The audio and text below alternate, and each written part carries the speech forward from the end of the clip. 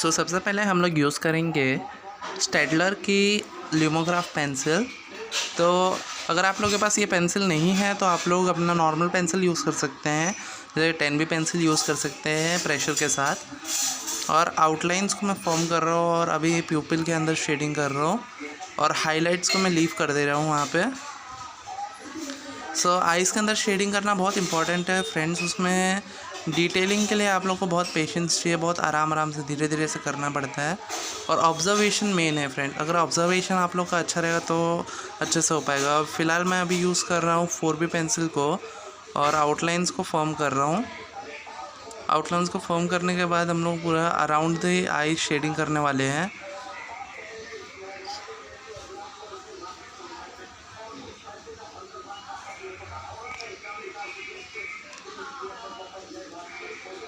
Around the I shade कीजिए और pressure अपने अकॉर्डिंगली यूज़ कीजिए। जहाँ पे आप लोग को लग रहा है कि यहाँ पे ज़्यादा डार्क है तो वहाँ पे थोड़ा सा प्रेशर यूज़ कीजिए।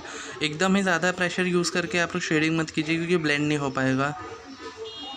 और अगर आप लोग को बिना ब्लेंडिंग वाला आर्ट वर्क भी बनाना है तो उसके ऊपर भी मैं ट्यूटोरियल्स बना दूंगा कि खाली स्ट्रोक्स का यूज़ करके कैसे करना है। तो आप लोग पहले ये वीडियो देखिए किस तरह से मैं कर रहा हूँ शेडिंग। आप लोग इस वीडियो को पूरा देखिए और आप लोग ट्राई कीजिए ये ड्रॉ करने का। का लिंक इस फ़ोटो का लिंक मैंने डिस्क्रिप्शन में दे दिया है, तो आप लोग वहाँ से जाकर डाउनलोड कर सकते हैं और ये ट्राई कर सकते हैं। और मेरा इंस्टाग्राम का लिंक भी आप लोग को डिस्क्रिप्शन में मिल जाएगा।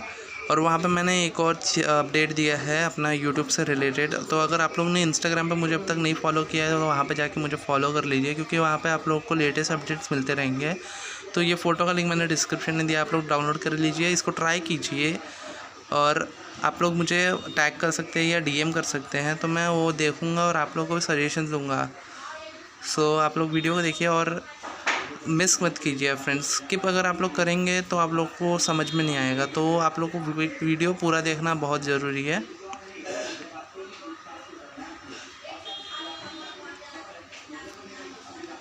एक आइज़ हो चुकी है ऑलमोस्ट। अब इसको हम लोग ब्लेंड करेंगे ब्लेंडिंग ब्रश का यूज़ करके। अगर आप लोग के पास ब्लेंडिंग ब्रश नहीं है तो स्टम्प्स का भी यूज़ कर सकते हैं, और स्टम्प्स नहीं है तो आप लोग टिश्यू पेपर या कोई भी कॉटन पेपर यूज़ कर सकते हैं। तो अब 4B पेंसिल से डिटेलिंग कर रहे हैं आईब्रोज़ की। आईब्रोज़ हम लोग ड्रॉ कर रहे हैं। ये वीडियोस आउटलाइन के ऊपर नहीं है फ्रेंड्स। अगर आप लोग आउटलाइन के ऊपर वीडियोस चाहिए तो आप लोग मुझे कमेंट कर सकते हैं। ये तो मैंने शेडिंग का ट्यूटोरियल बनाया कि किस तरह से आप लोग आइज़, नोज़ एंड लिप्स पे शेडिंग कर सकते हैं। और ये पहला पार्ट है। उसके अगले पार्ट में मैं आप लोगों को नेक्स्ट पार्ट में पूरा फेस के ऊपर का जो रिमेनिंग पार्ट्स है उस पर शेडिंग करके बताऊँगा। आईब्रोज़ भी मैं अभी फर्स्ट ऑफ ऑल मैंने 4B पेंसिल से उसको वो लेयर दिया, फर्स्ट लेयर। उसके बाद 10B पेंसिल से मैं उसको डार्क कर रहा हूँ।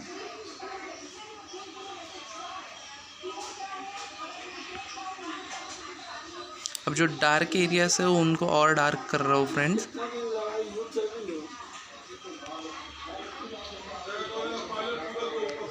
अब वैल्यूज़ को फॉर्म करना बहुत ज़रूरी है, क्योंकि जैसे जैसे आप लोग ब्लेंड करते जाएंगे वैल्यूज़ मिटते जाती हैं। तो आप लोग को उसका ध्यान देना है कि जब आप लोग ब्लेंड करेंगे तो हर एक डिटेल्स को वापस फिल कर दें।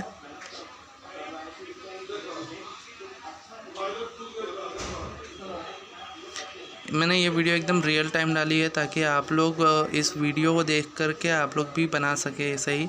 अब मैं टॉम्बो मोनो का यूज़ कर रहा हूँ हाईलाइट देने के लिए। अगर आप लोग के पास टॉम्बो मोनो नहीं है तो आप लोग पेंसिल इरेज़र का यूज़ कर सकते हैं, और अगर आप लोग के पास पेंसिल इरेज़र भी नहीं है तो नॉर्मल इरेज़र यूज़ कर सकते हैं। मेरे पास अभी टॉम्बो मोनो और नीडेड इरेज़र है तो मैं उन दोनों का यूज़ करूँगा। अभी मैंने वापस ब्लैक मैट पेंसिल ली है स्टेडलर की, और जो डार्क पार्ट्स है उन्हें मैं डार्क कर रहा हूँ।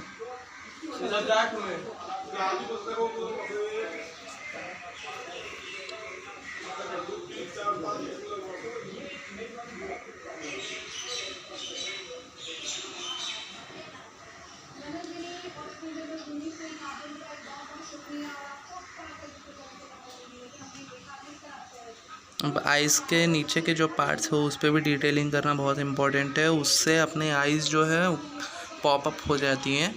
तो आप लोग देखिए किस तरह से मैं कर रहा हूँ। आईलैशेस एंड आईब्रोज से आईज़ का जो ब्यूटी होती है वो बढ़ जाती है। सो पहले हाईलाइट जहाँ जहाँ है मैं वहाँ पे हाईलाइट्स कर देता हूँ।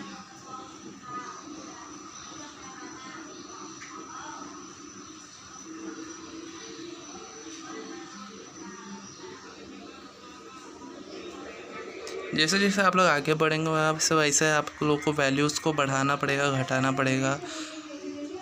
वो तो आप लोग को प्रोसेस के थ्रू जाएंगे तभी आप लोग को एक अच्छा रिज़ल्ट मिल पाएगा। अब मैं 4B पेंसिल से आईलैशेस ड्रॉ कर रहा हूँ। आईलैशेस ड्रॉ करने के लिए आप लोग को सिंपली वो डायरेक्शन में करना है। डायरेक्शन आप लोग को ऑब्ज़र्व करना है फ़ोटो में से। मेन चीज़ है ऑब्जर्वेशन फ्रेंड्स। अगर आप लोग फ़ोटो को जितना ऑब्ज़र्व करेंगे उतना आप लोग ड्रॉ कर सकते हैं। और यहाँ पे भी मैंने हाईलाइटेड पार्ट को लिफ्ट किया है ताकि वो फ्लैट ना लगे और वो 3D टाइप का इफ़ेक्ट आए, जैसे कि आप लोग आइज़ का राउंड देख सकते हैं।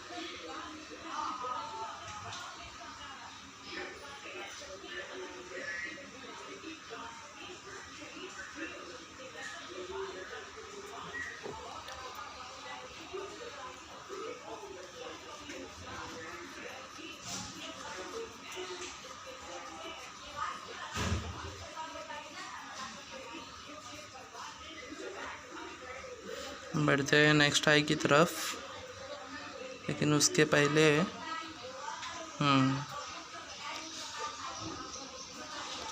तो चलिए शुरू करते हैं नेक्स्ट आई का। यहाँ पे भी आप लोग को एकदम एक्सट्रीम जो डार्क पार्ट्स है उनको ऑब्जर्व करना है। पहले डार्क वैल्यूज़ निकाल लीजिए।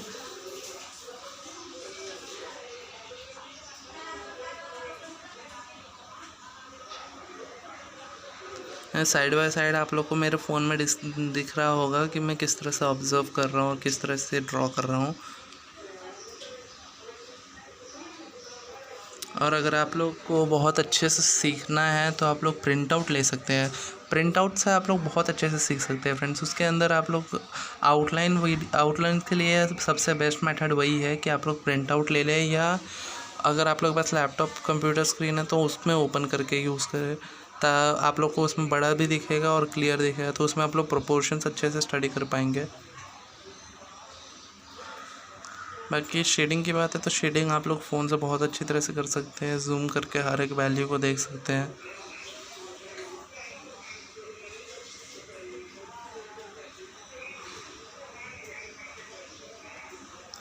अब मैं वही सेम प्रोसीजर यहाँ पे भी यूज़ कर रहा हूँ जो मैंने फर्स्ट टाइम में यूज़ की थी।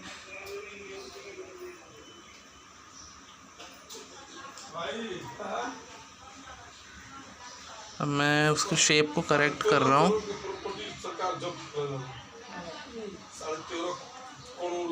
बैकग्राउंड में थोड़ा नॉइज़ है तो उसके लिए तो मैं कुछ नहीं कर सकता। मैं बहुत ट्राई किया।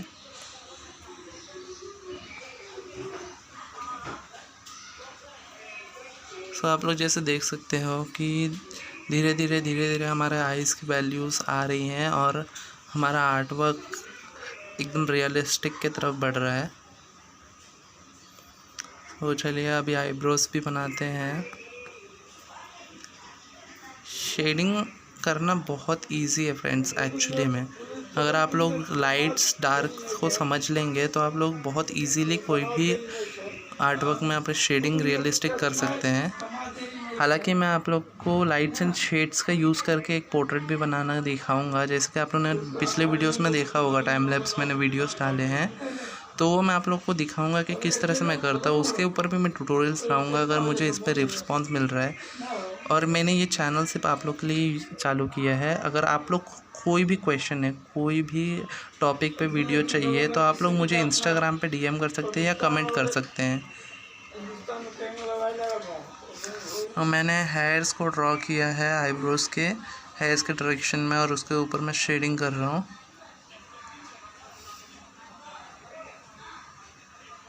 ब्लेंड करके उसको वापस वैल्यूज़ जहाँ पर डार्क है उसको डार्क करेंगे और जहाँ लाइट है उसको लाइट करेंगे।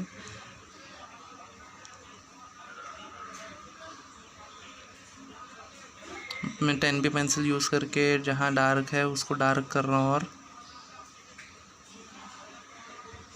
और एक बात का ध्यान रखिएगा कि जितना आप लोग शार्प पेंसिल यूज़ कर सकते हैं उतना शार्प यूज़ कीजिएगा। डिटेलिंग के लिए शार्प पेंसिल का होना बहुत ज़रूरी है। हालांकि एक टाइम आएगा जब आप लोग बिना शार्प पॉइंट के भी बहुत अच्छे से वर्क कर पाएंगे, लेकिन अगर स्टार्ट है तो आप लोग को शार्प पॉइंट यूज़ करना चाहिए। और इससे मटेरियल्स बहुत ज़्यादा इम्पोर्टेंट नहीं होते हैं फ्रेंड्स। जैसे कि मैं अभी पेंसिल जो यूज़ कर रहा हूँ आर्ट लाइन के पेंसिल, तो आर्ट लाइन के पेंसिल बहुत इजीली आप लोग को कहीं भी मिल जाएगी। इसका ज़रूरत नहीं है कि आप लोग स्टेडलर या कोई भी महंगे ब्रांड के पेंसिल यूज़ करें। हालांकि मैं स्टेडलर का पेंसिल यूज़ कर रहा हूँ क्योंकि मेरे पास है, और आपके पास नहीं है तो उसके टेंशन मत लीजिए।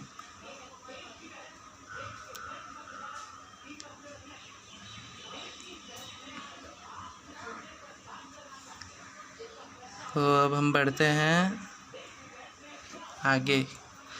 सबसे पहले अब हम लोग हाइलाइट्स करेंगे।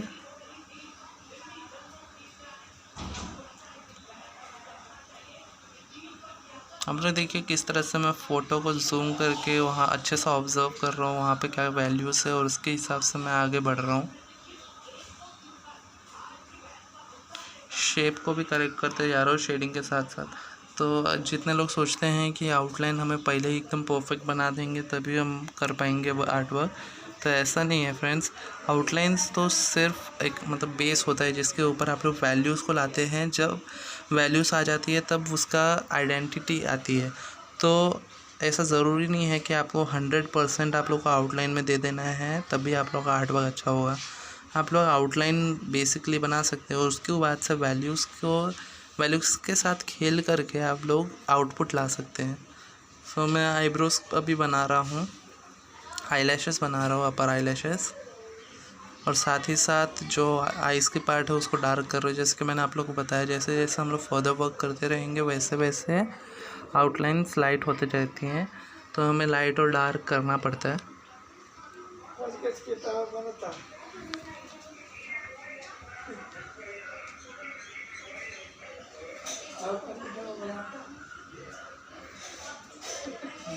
अब यहाँ इसको भी फिनिश करते हैं। हालांकि मैं इसको फिनिश कह रहा हूँ लेकिन ये फिनिश नहीं है। हम चाहे तो इसमें फर्दर बहुत वर्क करके उसको और अच्छे से हम लोग डिटेल्स कर सकते हैं, एक एक टेक्सचर ड्रॉ कर सकते हैं, और भी बहुत कुछ कर सकते हैं। तो वो तो डिपेंड करता है आर्टिस्ट के ऊपर कि आप लोग के ऊपर कि आप लोग कितना उसमें डिटेलिंग करना चाहेंगे, कितना टाइम देना चाहेंगे। मैं आप लोग को बेसिकली बता रहा हूँ कि करना कैसे है। और इसमें यहाँ पे जो मैं सबसे मेन बात है वो पेपर जो यूज़ कर रहा हूँ वो है एक टेक्सचर पेपर है। एक्चुअली में टेक्सचर नहीं है, कार्ट्रिज पेपर ही है। ऑक्सफोर्ड का अनुपम में मिल जाएगा आप लोगों को, अनुपम का ऑक्सफोर्ड स्केच बुक है, तो आप लोग चेकआउट कर सकते हैं स्टोर्स पे जाके। या हालांकि आप लोग ये नॉर्मल कोई भी ड्राइंग बुक है आप लोग के पास तो उसके अंदर भी कर सकते हो, सिमिलर ही आउटपुट आता है। आप लोग कोई भी पेपर यूज़ कीजिए।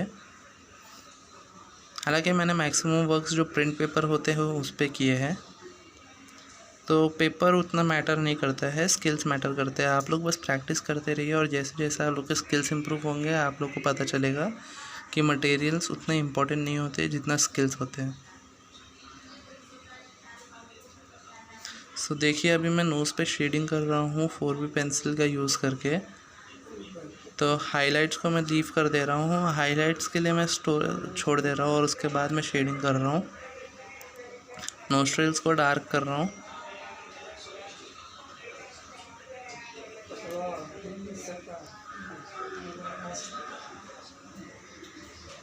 यहाँ पे मैं छोटे छोटे हैचेस यूज़ कर रहा हूँ, वो क्या है वो आप लोग को मैं फर्दर बताऊँगा। वैसे तो मैक्सिमम लोग जानते होंगे हैचिंग के बारे में।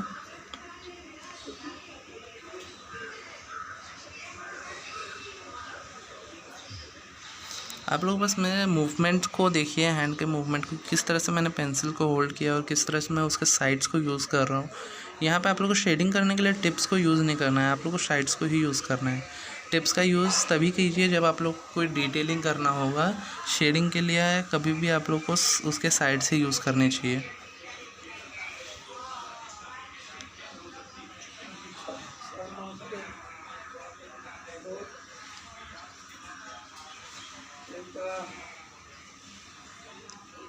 फर्दर जो डार्क वैल्यूज है उसको मैं कर रहा हूँ।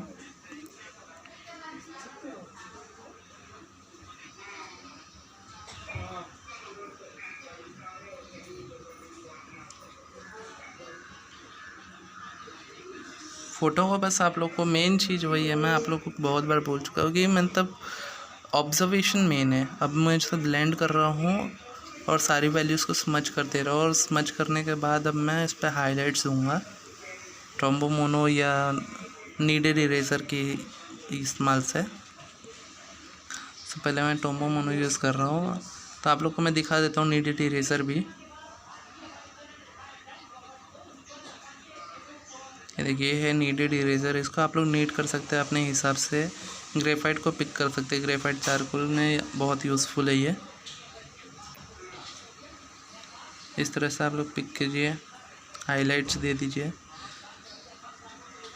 एक आर्ट वर्क में शैडोज, लाइट्स एंड हाइलाइट्स बहुत इंपॉर्टेंट रोल करता है। जिस आर्ट वर्क में आपको ये तीनों मिलेंगे वही आर्ट वर्क एक्चुअली में एक आर्ट वर्क होता है।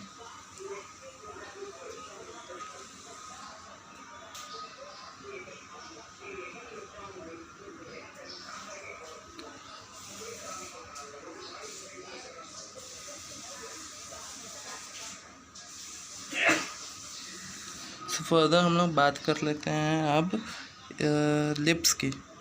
तो लिप्स पे भी मैं आप लोग को दिखाने वाला हूँ कैसे शेडिंग करते हैं। तो उसके पहले मैं इसे ब्लेंड कर लेता हूँ थोड़ा सा, और थोड़े डार्क वैल्यूज़ को ऑप्ट कर देता हूँ।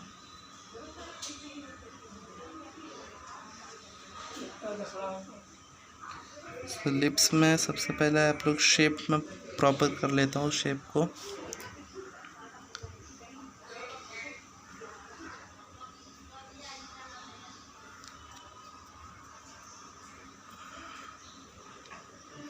जैसे कि आप लोग देख रहे हैं शेप्स को मैं किस तरह से ऑब्जर्व करके ड्रॉ कर रहा हूँ।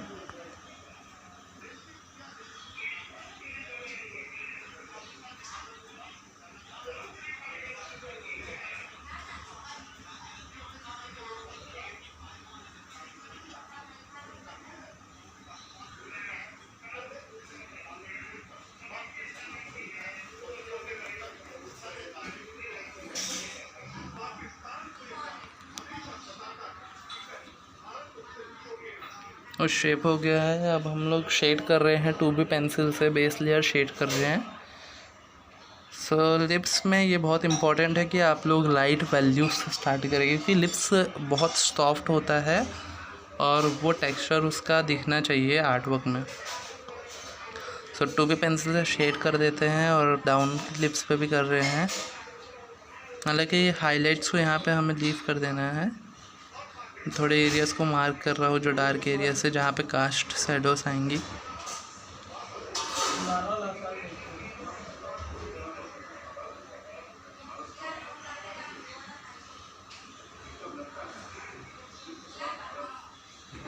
पाकिस्तान में वो देश बा पीओके भारत कहो तो हमार हो चला कोई को मत छीले की तैयारी करो।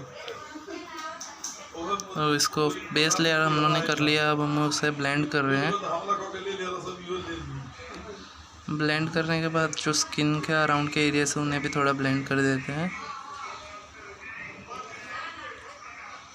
अब नीडेड इरेजर से हाइलाइट्स को मार्क कर देते हैं। जैसे कि आप लोग रेफरेंस में देख सकते हैं वहाँ पे हाइलाइट्स किस तरह से, तो उस तरह से हमें यहाँ पे भी मार्क कर देना है।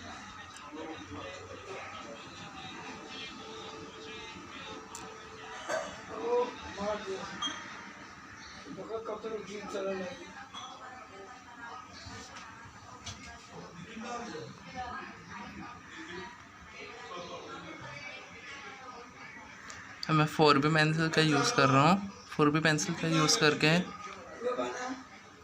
सबसे पहले मैं 10B पेंसिल यूज़ कर रहा हूँ स्टेडलर का, और उसमें मैं डार्क वैल्यूज जो है बीच की लाइन उसको मैं डार्क कर दे रहा हूँ।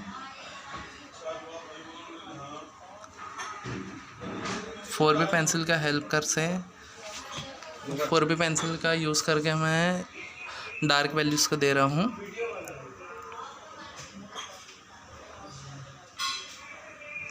तो जैसे कि अब मैंने पहले भी कहा था कि शार्प करना बहुत ज़रूरी है, तो मैंने अभी पेंसिल को शार्प कर लिया है और आप लोग देख सकते हैं किस तरह का आउटपुट हमें मिल रहा है। जो भी डार्क एरियाज आप लोग को दिख रहा है उसे और डार्क कर दीजिए।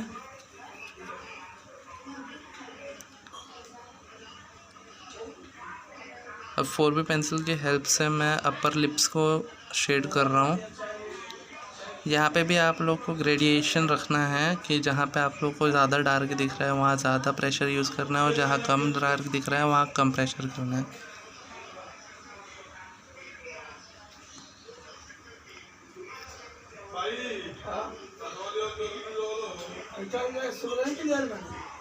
अब लोअर लिप्स में शेडिंग कर लेते हैं। हाइलाइट्स का जो पार्ट है उसको मैंने लीव किया है ताकि वो अलग से उठ के आए और लेटर हम लोग उसमें और हाइलाइट्स कर सकें।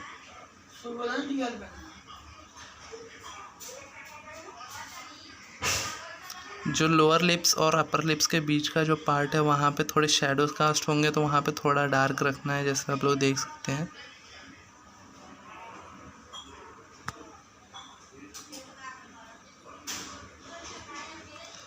और हाँ, जिस तरह से मैं शेडिंग कर रहा हूँ आराम आराम से धीरे धीरे से, वैसे ही आप लोग को करना है, कोई घाई नहीं करना है फ्रेंड।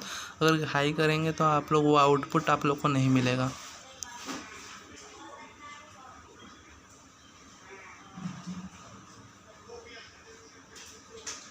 अब आउटलाइंस को भी मैं थोड़ा फॉर्म कर दे रहा हूँ।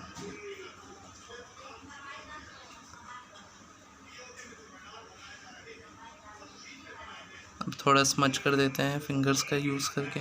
हालांकि जैसे मैंने आप लोग को पहले भी बताया कि अगर आप लोग के पास कोई स्मजिंग टूल नहीं है तो आप लोग फिंगर्स का भी यूज़ कर सकते हैं। और इरेज़र मैं अभी टॉम्बो से हाईलाइट दे रहा हूँ, जैसे मैंने अभी बोला फर्दर हाईलाइट्स हम लोग कर सकते हैं मार्क करेंगे तो।